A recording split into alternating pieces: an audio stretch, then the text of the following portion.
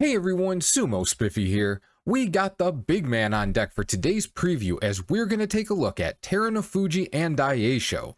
Teru only leads this series 8-5, and they've split the last 4, discounting DAIEISHO's Fusen win last September. This is far and away the matchup Teru has left that gives us the most to look at. He's only fought Takakeisho twice in the last year and a half, Wakamoto Haru once, and he's beaten the absolute piss out of Kiri, running the score in that head-to-head up to 9-0. DAIEISHO offers the type of opponent that tests Teru's creaky knees, someone who will come in, blast him in the face, and test his balance. Let's watch their fights. First up is from the first day of January 2022. もう手突きの大栄翔。ほら、下から攻めるはず押しだ。出した。前傾の照ノ富士とちょっと差しそうになりましたが抜いた。大栄翔またいなす。照ノ富士もよくついていく。もう一度はず押し、中に入っていったら突き落とし逆転照ノ。DAIEISHO dives in on the tachi with both arms extended, while Teru basically offers his chest as a target while looping his arms around. It's difficult to see, but on contact, DAIEISHO plants his left forearm against Teru's chest and pushes with his right hand. Expect to see this a lot.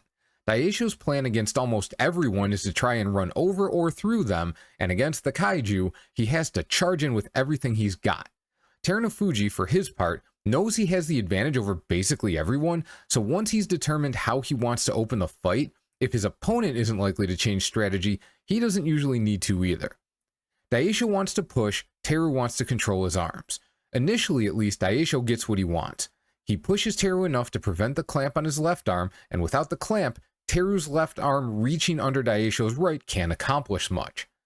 This is what DAIEISHO needs to do. Get Teru moving backwards and create a charging gap to plow into. So far, so good. He decides to charge with an extended hand up towards Teru's neck.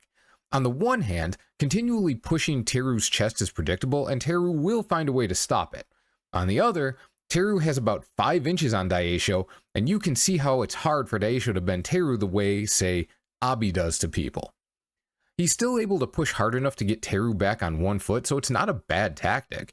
Unfortunately, he leaves his hand there too long, and like anyone at this level, Teru is more than able to parry the arm. When Teru frees himself from the push, he doesn't just get his foot down, he's placed his left hand on DAIEISHO's face, so his whole body acts as a lever which bends DAIEISHO back. His right hand also never leaves DAIEISHO's arm after the parry, so he's able to at least partially control the forearm when DAIEISHO tries his next face push. DAIEISHO keeps pushing because that's what he does, and Teru's hand is perfectly placed to defend, shoving the arm up. So how is Teru still getting moved backwards? Well, although Teru is able to bat away the left arm pretty easily, from this angle, we can see DAIEISHO's right hand has an excellent push working, which is how he's able to keep moving Teru bit by bit. DAIEISHO keeps on working, and again Teru works to stabilize against the right hand while defending the left. This is not a tactical game. Either Teru gets his feet set or he doesn't. Once he finds the rope with the side of his right foot, he's finally able to put his left foot down and keep it there. When he pushes off, DAIEISHO knows his right hand isn't going to get any more work done, so he pulls it back as Teru tries to bat it away. Once again, Teru's right is positioned to parry DAIEISHO's left. DAIEISHO is running out of hands to attack with. But he still has 2 arms to use, Teru's arms. This is an excellent adjustment. By now, he knows Teru is going to keep parrying the left away, so he pulls the right back for Teru to chase, and as soon as the parry comes, DAIEISHO uses Teru's extended arms for a pull down. Teru quickly recovers, of course, and now DAIEISHO is staring directly into Godzilla's maw. Being the guy that he is, he dives directly into it, pounding Teru's shoulders. Teru brings his left hand underneath DAIEISHO's arm because fuck letting that hand get planted again, except it's a bait move. He uses DAIEISHO's reactive push against it and the hand fight they're engaged in on the other side to get DAIEISHO's weight forward.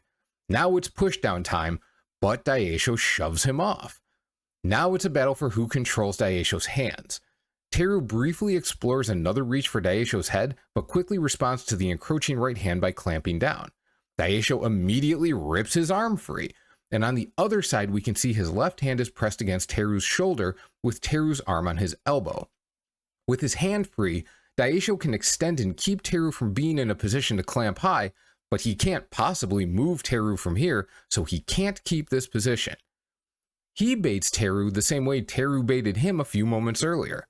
He pushes with his right, but as soon as Teru leans his weight in against it, he pulls it back and sends Teru off course. Now he's to Teru's side and would probably like to control the arm, but Teru's reaching for the belt and he cannot allow that. He pushes the arm away and keeps scooting right, trying to maintain an advantageous angle long enough to do something with it. It's time to push again, except Teru just straight up jacks him backwards with one hand. Push thwarted, Daieisho jumps back to again keep Teru from getting hold of him and looks for another way to attack, but Teru's coming right at him now. It's Teru's turn to land the face hold. Also, Daieisho's expression here is pretty great. But he defends himself, making use of the parry game and diving back in. But Teru's right hand is in position to catch him under the arm by the time he makes contact, and he powers through Daieisho's attempt at offense to get him twisted up on one foot. Daieisho manages to stick his hand on Teru's face though, and get enough of a counter push to free himself and reset the fight yet again. Teru yells, "Stockton slap, motherfucker!" bats Daieisho's arm away, and after resisting an upward push, finally clamps Daieisho's arms. Incredibly, after all this effort, Daieisho is still able to power up against Teru's lean, prompting Teru to release his left arm clamp and slap on a headlock while pivoting towards the rope. Teru ends up on one foot because Daieisho is still friggin' pushing, but Daieisho is too damn tired and falls down.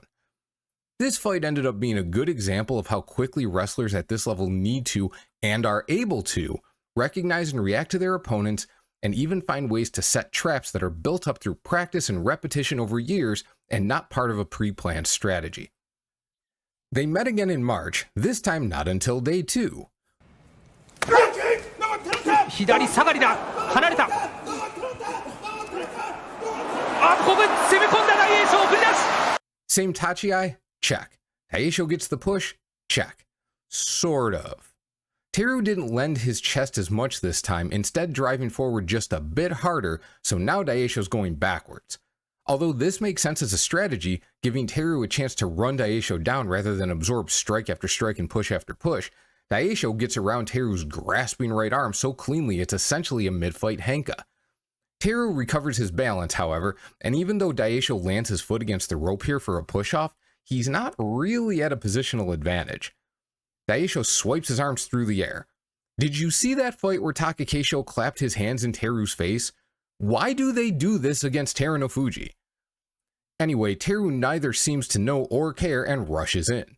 Daieisho defends by jamming his left shoulder and head into Teru's chest, with his head under Teru's chin and his right hand fighting with Teru's left. It's not a bad defensive position. They hand fight again for a moment. Hand control is an ongoing theme with these two. Then Daieisho, knowing exactly where he is, steps back quickly with both feet and leans way into Teru, using his weight to press his left hand into Teru's neck. In this freeze frame, we see Daieisho's right hand on the outside of Teru's elbow. He's trying to make sure Teru has to keep that hand on his chest, since if it goes away, he might just fall.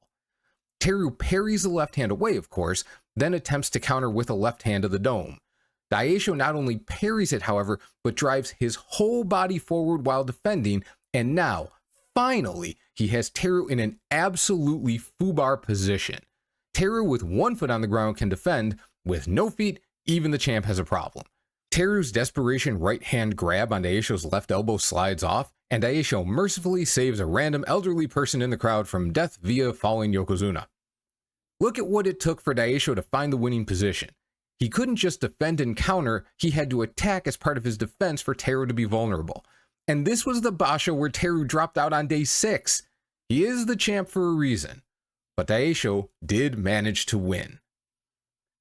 They went back to meeting on day 1 in May. 大栄翔が踏み込んだ、横綱が受けた、寄り切った、勝ったのは Yep, same tachi-ai. However, Teru isn't as far forward in this moment before contact as he was in March. It's more like how he was in January. Teru has his right arm positioned for a clamp before Daieisho even begins to push off. Daieisho doesn't attack the same way after contact this time though. Whether by design or reaction, he keeps his arm bent and drives with his forearm, standing Teru up completely. It looks like Teru made a mistake. He couldn't find a clamp on Daieisho's bent left arm, and here he reaches for the belt and misses, which means he had no grip anywhere to hold on with. Not only that, but for him to just stand there and get pushed up by a guy he knows is strong enough to do it, that looks like he fully expected to land something and be in a better position. He reacts quickly, of course, getting his feet back and his weight down, but Daieisho has guided missile mode turned on and he's coming. Daieisho is inside, Teru is getting his balance battered backwards but not yet moving, and here it's just a question of whether he can withstand long enough to turn the tables. He chooses what is likely his best defense, letting the shorter Daieisho try to power him out with his body while Teru's feet are braced on the rope. But then he just misses the rope. Even if we give Daieisho credit for planning something a little different with the forearm brace on the Tachiai rather than his usual push-off, TERUNOFUJI definitely misplayed the start and then just whiffed trying to stand on the rope. Daieisho still could have finished, but this would have been a very defensible position for Teru.